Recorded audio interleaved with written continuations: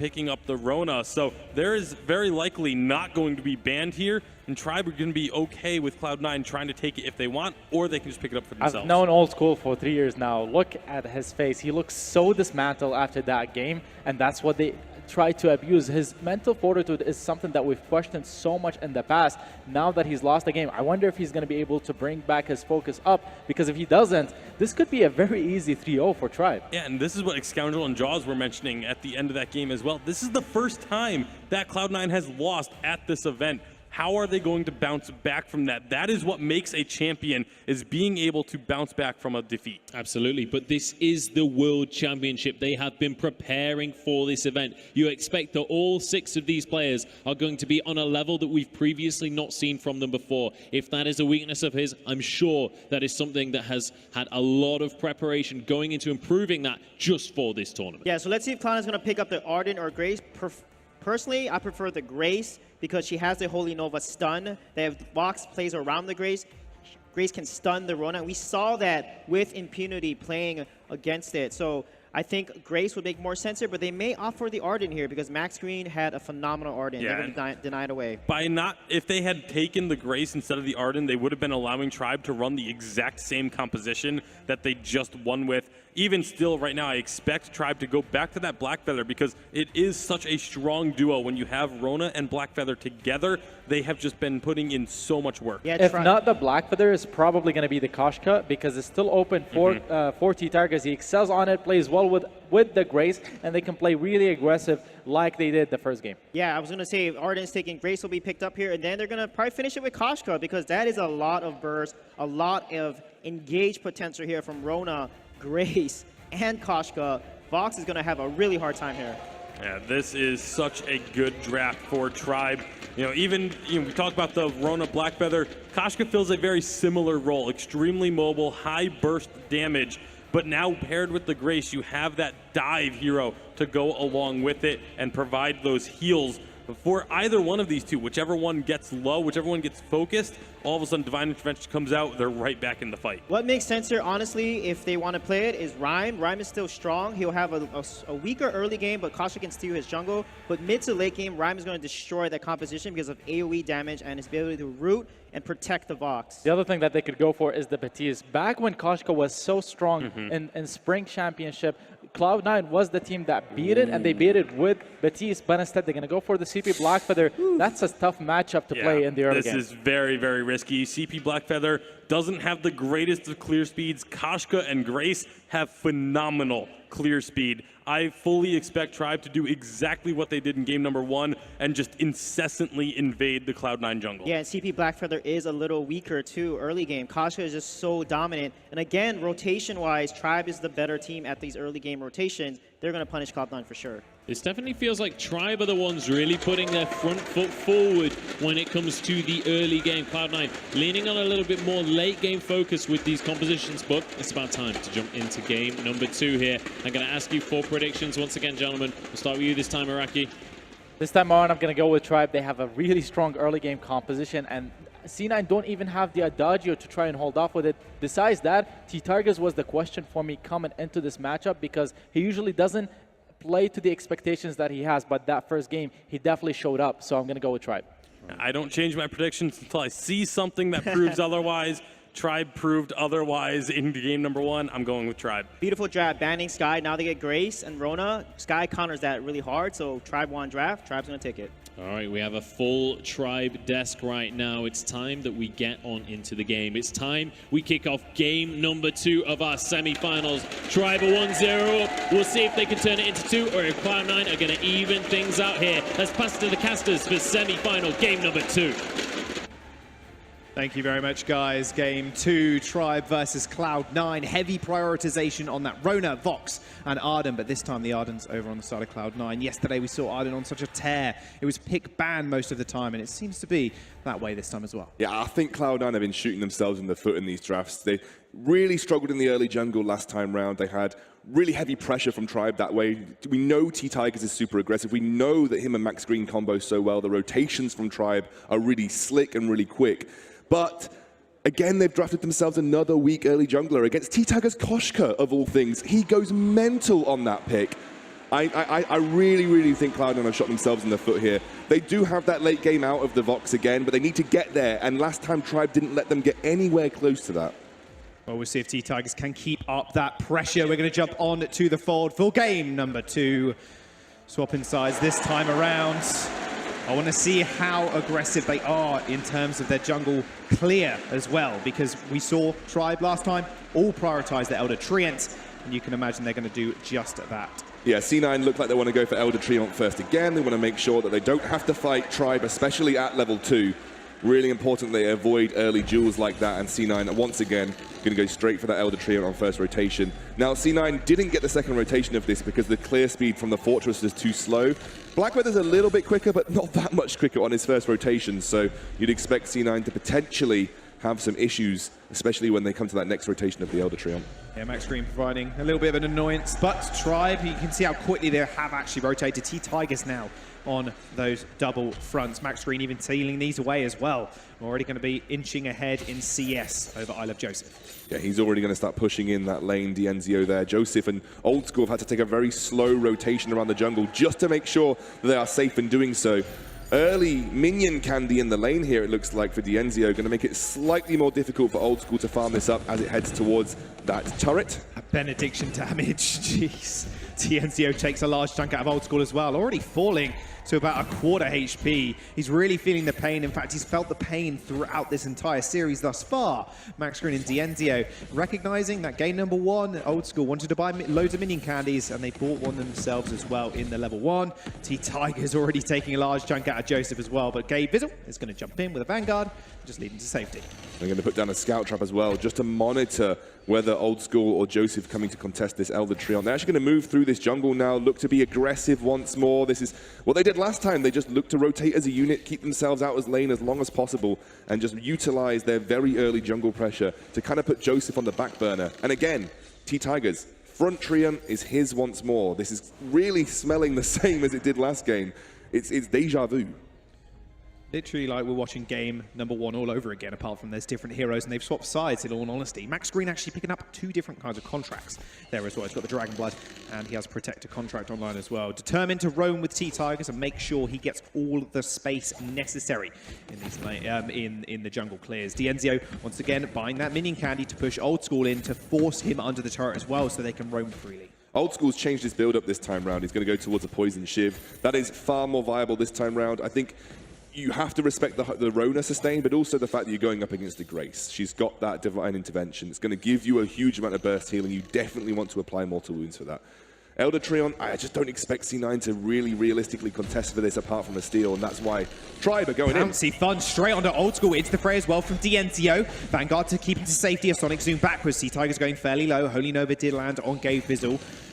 Now we see C9 disengaging completely, and T-Tigers once again taking that front cam. Old School got rooted up. He's all good. Treant did die in the end, but T-Tigers undeterred is going to move in, take that back camp again. Old School caught out. Wrong place, wrong time.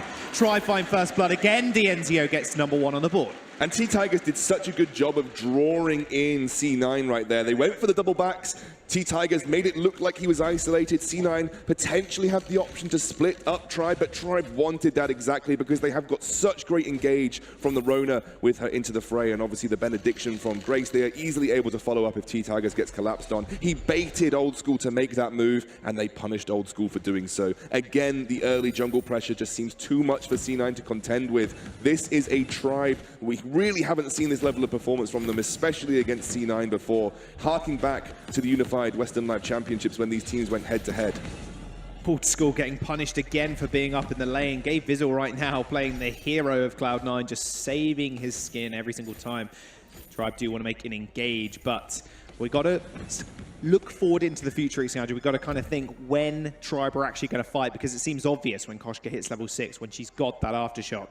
And Old School is going to need to prioritize a reflex block in the near future, because T-Tigers, because he's been taking so many camps, he's about to hit level 6 as well. You can see Joseph already inching behind in CS. Yeah, Old School's gone for a shield instead of working towards that Okai into reflex block. It makes me think that they're just looking to play as defensively as possible near the turret. You know, if Dienzio can kind of keep the wave on his side of the lane, then they're going to bait Old School into moving forwards, because he's going to need to farm.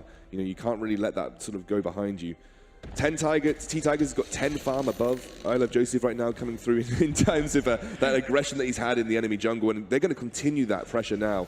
Level 6 for T-Tigers, he can look to make these kind of aggressive plays. They have the spawn times of this camp down. Oh, Joseph is here, but a Twilight Death will finish it off. T-Tigers, look at the jungle control from him is just absolutely stupendous. Yeah. Ultimate is available too now as well for T-Tigers. Old School and Joseph are going to have to be very careful, but Old School did go back, didn't pick up any more damage apart from finishing that poison shift, but has the reflex block online now also. Yeah, a very defensive build from Old School. I think they realized that they absolutely need to avoid fighting in this mid game, but Tribe, they can do exactly what they did the previous time. They've got such a spike in the jungle right now for T-Tigers. The Aftershock completed with some defensive itemization online. They can go for things like Gold Miner when it starts to stack up. They can look to pressure that Crystal Sentry as well, and Cloud9, because they've had to be so defensive with their builds, because they've had to be so respectful and sort of falling behind on farm, there's no way that they can contest these kinds of things, and it just feels like the same story is unfolding. C9 losing that early jungle and just aren't able to recuperate. Benediction onto Old School, going fairly low. Vanguard from Gabe Fizzle, keep him alive.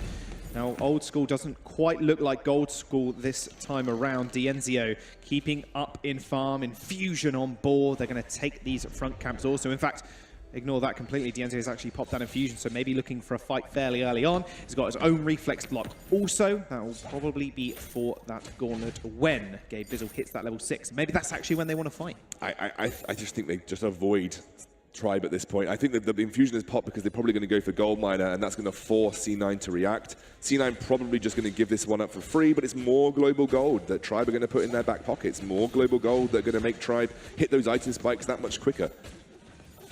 C9 have to be super careful, and this is the problem. You know, Old School's really overextended here. He's going to be super careful. He has to be very careful. Although T-Tigers isn't in that brush, so he wasn't really scared of the Yummy Cat in Frenzy being unleashed. T-Tigers is level 8 though. Look at Joseph, only level 6 right now. They're going to jump onto Old School. Twirly Death does a little bit of damage, but this is going to be kind of, I think, the next couple of minutes, in all honesty, unless they go for some crazy turret dive, just pushing in Old School time and time again, just disrupting Joseph. Look, you do not own that front camp. That is T-Tigers. That is his property. Same with this double fronts as well. They have control of the item shop also. And that just gives that massive experience advantage that T-Tigers has opened up. Every single front camp he has taken from Old School since about 3 minutes from Joseph since about 3 minutes, and Joseph has just fallen so far behind. He's gone for this Aftershock build on the Black Feather, looking to be a bit more aggressive in melee range. It's because he knows that the engage from Tribe is that good that having something like a Shatterglass is only going to be good for a limited period of time. C9, they don't look comfortable playing from the sort of the levels behind, and they have been in these games. They have been the team that has been pressuring. They have been the team setting the pace and being proactive. They do not look comfortable coming from behind. Araki Soro said it perfectly on the desk. The camera flipped over to Old School, and he looked a little bit down. He looked a little bit distressed, maybe at the kind of the handling that Tribe had them over game number 1. They just have to be able to recollect their thoughts, rinse, reset, play this like a brand new game, brand new in the series. T-Tigers 1v3ing that camp, Cloud9, no word in. Old School is even going to get punished here a little bit as well. They're going to be able to stop him from moving up towards this turret and get a little bit damage down onto it as well. 3 members versus 1. That's just going to go down instantly. No worries. First turret to try. Oh, T-Tigers did such a good job of zoning out Old School to make it very difficult for him to find an easy path back to that turret. Joseph and Gabe Fizzle had back. They gave that turret up for free. Cloud9 knew they couldn't contest it. This is a massive gold advantage opening up now at just 8 minutes. 3,500 almost in the bank in advantage of Tribe. And it's just because Cloud9 have been unable to contest anything of any value, including their own front camps. It was 5,000 gold lead at 13 minutes into the game. That's exactly where it's heading for right now. Like we mentioned a couple of minutes ago, seems like exactly the same game as number 1. Yeah. Where Tribe just take complete control of Cloud9's jungle. This live buff isn't just a live buff anymore. This is Tribe showing up to a new level we've not seen them before. Cloud9's first loss was last game. Tribe do not seem to be they don't seem to be letting off the gas pedal anytime soon. C9 really need to think of something. If this goes to a game 2 to Tribe, they need to think of some way to put pressure on T-Tigers. He's been basically stamped himself as the most dominant and aggressive jungler here at the World Championship. And even I Love Joseph, who is known to have great control in the jungle, known to be super aggressive, known to have one of the best jungles in North America, he's getting almost manhandled by T-Tigers. The entire Tribe roster has put C9 into a position that they haven't been in before, and it's made them look very uncomfortable. They're going to go for an engage. Dienzio over the wall, using that into the fray. Gorner gets laid down. No one's going to get stunned up just yet because they want to fight in melee mode. Red Mist is going to get opened up. There's the Divine Intervention to keep him alive. Dienzio refusing to go down. T-Tigers dodging in and out of the bush, trying to find Old School. He splits up. Crystal Sentry goes down in the middle of that as well, but T-Tigers falls. Oh, they turn this around. Cloud9, they're going to turn it around. They find one, but instantly Dienzio cuts down Old School. 1 kill, 2 kills, 3. Dienzio with the triple kill and the ace. Unbelievable. It looked like C9 had brought that back, but Dienzio, you can never count out a Rona just spinning in melee range. Let's take a look at that again. It was a really nice engage by Tribe. Immediately put Old School into a position where he has to kite backwards. They keep them locked in that gauntlet, and they're actually able to get out of it. But watch this. Watch this. C9 are kiting around. The fountain comes out. Obviously, now T-Tigers on the outside is looking to put pressure onto Old School. He's cutting backwards, missed a couple of basic attacks there, but they eventually take T-Tigers down. At this point, Dienzio has built up a ridiculous amount of stacks. He's been able to get a huge amount of sustain out from that Serpent's Mask, and he's kind of being unnoticed and untouched throughout that fight. This is what happens when you leave a Rona to her own devices, especially with a breaking point. That was absolutely ridiculous. Dienzio is a monster at 4-0. Cloud9, like you said, it looked like it was going to be their fight, but they need to be able to stack those mortal wounds a lot quicker. They just can't, because Old School is just constantly kiting backwards, trying to get away from the Red Mist, but Dienzio has so much chase, and so does T-Tigers. T-Tigers right now feels like a little bit of a scapegoat. They want to be able to focus him to take him out of the fight, but they're ignoring Dienzio. Yeah, exactly, and it's very difficult to take Dienzio down, especially alongside of Grace. Grace used her Divine Intervention on Dienzio that last fight, that kept him healthy, that gave him more room to breathe. And then when T-Tigers jumps in and out, it's so difficult as a carry to know where to focus, especially when you're being dived by 2 heavy melee hitting heroes. So when T-Tigers jumps in, Old School switches his focus, that's when Dienzio pounces. Then T-Tigers, being the kind of hero that he is on Koshka, he can get out of the fight really quickly, can jump back in with Pouncy Fun. It's very difficult to focus him down because it's so difficult to chase a Koshka. And now Echo gets finished up on Max Green. He's got that ability to get that double Divine Intervention down, especially powerful for both Dienzio and T-Tigers, who are going to be in that front line. That is it. It's only going to get worse from here on out. Double Divine Intervention. Even a Broken Myth finished for T-Tigers as well. So he is just chewing through the shielding of Old School. And if you actually look at his build at the moment, he's only just upgraded to a tier 2 shielding. He recognizes now that you need that against T-Tigers. He's ripping you apart, even though that Koshka is fairly squishy. And look at what Tribe have done again. This is something that they did last game. They really focused on the fact that the late game win condition for C9 has been Old School on this Vox. Double Atlas Pauldrons. T-Tigers went for this before he even finished his Broken Myth. Grace has got one on Max Green, and T-Tigers has got one on Koshka. They dive in, double Atlas Pauldrons, they don't have enough blocks to block both of them, and also is going to be put out the fight for a limited period of time, which means that he's going to be unable to frequently stack or easily stack that breaking point, which really limits a team fight win condition for Old School, because he needs that attack speed to start stacking up that breaking point. So they're really focusing on the one win condition that realistically C9 have, which is this ability to kite away with Old School, build breaking point stacks and make it very hard to chase him down. They're going to try and shut that down straight away. We're doing a good job of shutting him down already. However, he has got that breaking point online now as well, so the longer the fights go on, the harder he's going to hit. Infusion as well has been picked up, more importantly, to give him that added boost in the team fights. Tribe continue their domination of the jungle, refusing to let Cloud9 farm, and the Crystal Sentry only has 1 life left also. Not quite as quick as game number 1, eliminated in about 9 minutes, but gold miner control as well for Tribe. We are 14 minutes into the game. It is a 6,000 gold lead. That's 1k over than their advantage in game number 1 as well. You can see it feels like even they're just snowballing from game 1. Yeah, absolutely. Dienzio said to Dalsey this morning, he said, if we win game 1, we win the series. They're certainly playing like that is the case this time round. They have got a huge amount of confidence. I spoke to Dienzio right at the start of this tournament, and he said, we're going to win. Now, we're confident. We're going to win this whole thing. Even through C9, the team that has looked the most dominant in this entire tournament, Tribe are making it look like child's play right now. It's crazy, the difference in performance from C9 yesterday to C9 today, and Tribe are making it look that way. Gabe Vizzle's picked up an echo of his own. He's got that ability to get the double gauntlet down. That might be now harder for a very movement speed focused tribe to negotiate their way through those double gauntlet walls. That might be a way to provide some barriers for Old School. Well, T-Tigers doesn't have a reflex block, but we do have a Crucible on max green, so he's going to have to rely on that himself. Dienzio has got his own reflex block as well, so realistically, T-Tigers are just going to have to play around that. Again, permanently in their jungle. He's going to steal that away. Oh no, Joseph got it. First one of the game, boys. First one of the game. Looks like they're going to go straight for this Kraken. C9 again. This is where they fell folly last time. They let this go. Gabe Vizzle's not going to let it happen this game time again. Boots from Gabe Vizzle. They're going to jump straight on an Old School. Gabe Vizzle is on the other side of the wall. He goes over with the Vanguard, keeping Old School alive. Attacks Speed Slow Corner, gets opened up, but the cage is in the wrong place. He didn't even activate the Echo. He double Vanguarded it, Scoundrels, so there was no double cage to be fought in. And now they go straight back on the Kraken. Yeah, and C9 have just got to back off. Joseph may be looking for a hero steal here. He might look for that on point. It can work sometimes. It's a decent amount of burst here. They know it's a possibility. They're going to turn straight onto Old School yet again, who stepped up to the plate. Aegis to actually slow his attack speed down. He's in a lot of trouble. Fountain to keep him alive, but he's slowed down by the Shiver Steel. Also, Red Mist onto 3 people. The 11 breaking point. He's dead. Stacking up. He's already gone down. Make that 18, 19, 20 breaking point stacks. And Dienzio and T-Tigers clean up the carries of Cloud9. And Cloud9 just too far behind. The Shiver Steel slowing Old School down to an incredible margin, and it makes it so easy for Dienzio to capitalize and take him out. You've got to feel like this Rona is worth a ban at some point. It is tearing apart this Cloud9 composition. They're going to get the Kraken now. I don't even know if anything the Cloud9 can do about it. Crazy how dominant Tribe look against one of the best teams in the world right now.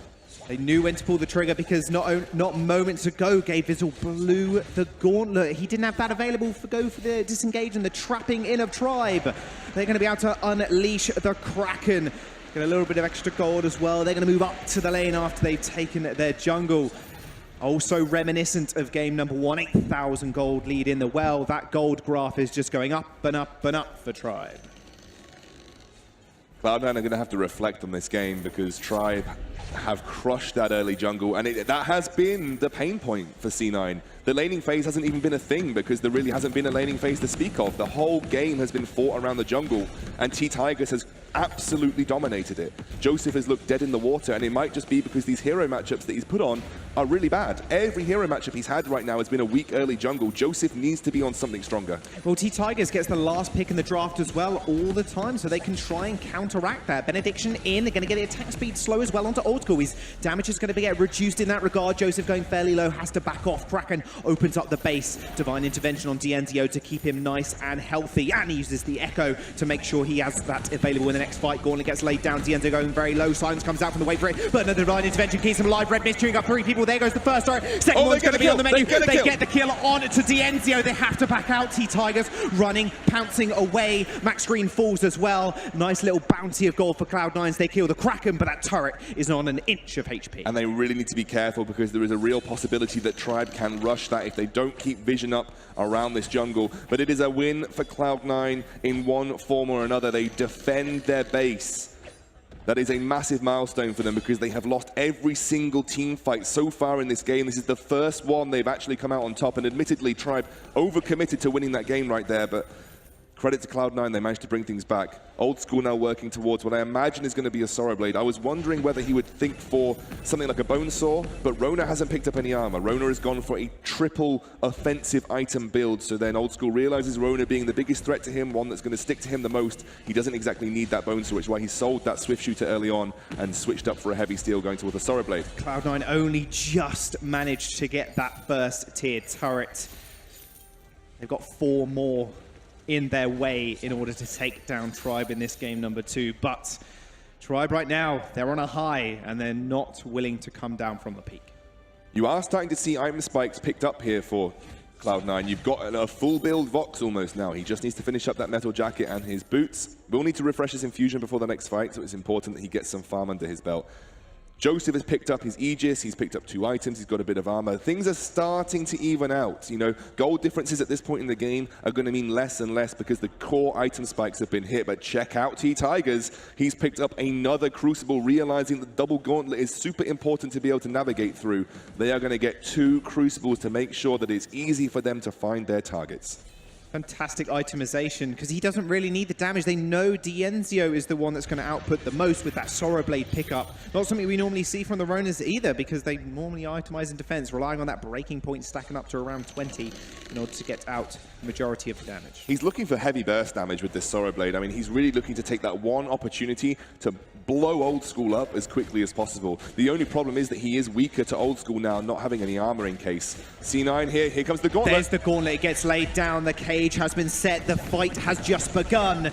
Does use that Crucible, that Echo is actually going to go onto a Vanguard. Yummy Candy Frenzy on the front line. Oh, Gabe Fizzle is so low, Fountain popped, but doesn't keep him alive. Dienzio receives the Divine Intervention, T-Tigers moving forward. Old School's got 17 breaking point stats. He blocks the Atlas Moltres as well. Max Green going low, T-Tigers jumps back in, Red Mist opens up. He gets one kill! He gets one kill! They're so low, Dienzio low, has to back off. Max Green so close to going down. Oh, Dienzio falls to Joseph, and Cloud9 win a back-to-back fight.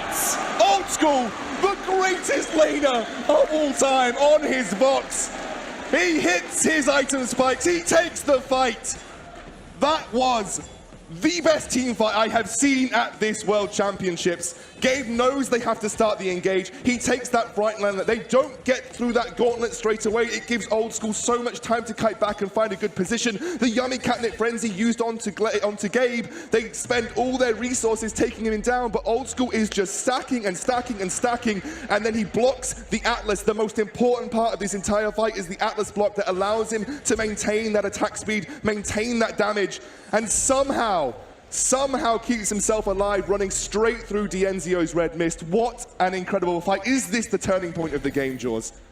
7 kills apiece. This might be the turning point. They are 6,000 gold behind, but the Kraken is on their side. Tribe now have to be able to take it out. Gabe Fizzle lays down the cage. Max Urine goes in with a benediction. Another cage gets laid down.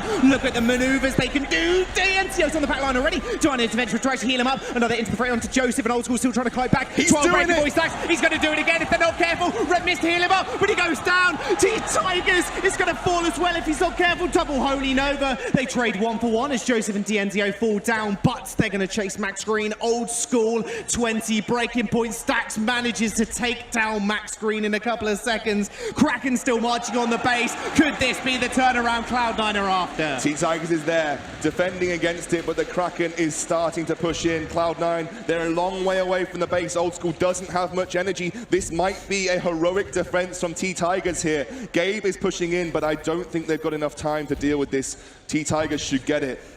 Oh my word, and Dienzio has made the right choice. He's sold the Shiver Steel for the armor. It has been too easy for Old School to burst him down at this point in time.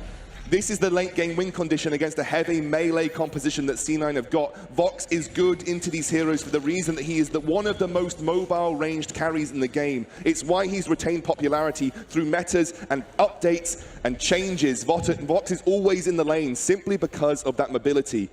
It makes him so hard to chase down in some instances. They've lost the Shiver Steel, so they're not going to be able to slow him down as much, but now Dienzio is going to have some form of defense against Old School, which is, I think, at this point necessary. Cloud9 in the last 4 minutes have managed to win 2 team fights back-to-back, take the Kraken, and even the turret score as well. Only 1 turret stands between each team of taking game number 2. This next team fight will decide the game. What a series, even if, regardless of the outcome of this game, it has already lived up to everything this semi-final should be. 2 North American Titans swinging their punches. Cloud9 defend from a single Vein Crystal turret remaining with probably 5% HP left on it and have fought their way back to equal standings in terms of those turrets. This is why you can never count out Cloud9 either. They are the true Titans of North America. Tribe are ready to dethrone them. They did so in game number 1, but the ability to actually play back from such a deficit is what Cloud9 really are showing they know how to do. Kraken comes up from the depths as well.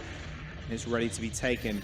whoever. I love the way chooses. that Gabe's been playing. He's been aggressive with those gauntlets. He knows that they have the advantage in these team fights. He's got the Shiver Seal to slow things down as well. Benediction in, there's the first gauntlet, they get the attack speed, so onto Old School, and there's another gauntlet as well, separating them, but TNTO's on the other side, now he's on top of Old School, he needs to be able to take him out, Yummy Captain Frenzy straight on top of Gabe Fizzle, and he's going to fall down first, 2v3, but already Old School breaking point stacks nearing 15, TNTO tries to get a bit of room, Old School going really low, T-Tiger's refusing to let him go, out of the claws of the cat, War Treads popped by Tribe to try and get a bit of distance. Oh, what? The Elder Train almost actually just stuns him up. Holding over onto one. It's still so close. DNZO jumps back in, but Old School manages to cut him up.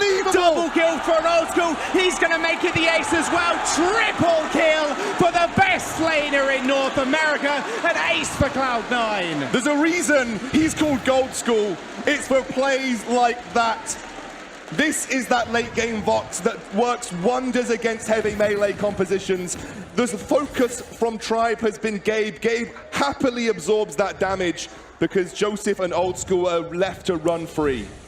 Another turret goes down from taking 0 turrets to losing 4. We have Cloud9 taking game number 2 and evening the series 1-1.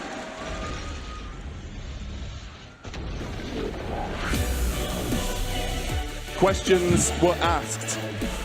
Questions were asked about Cloud9's ability to recuperate from a loss.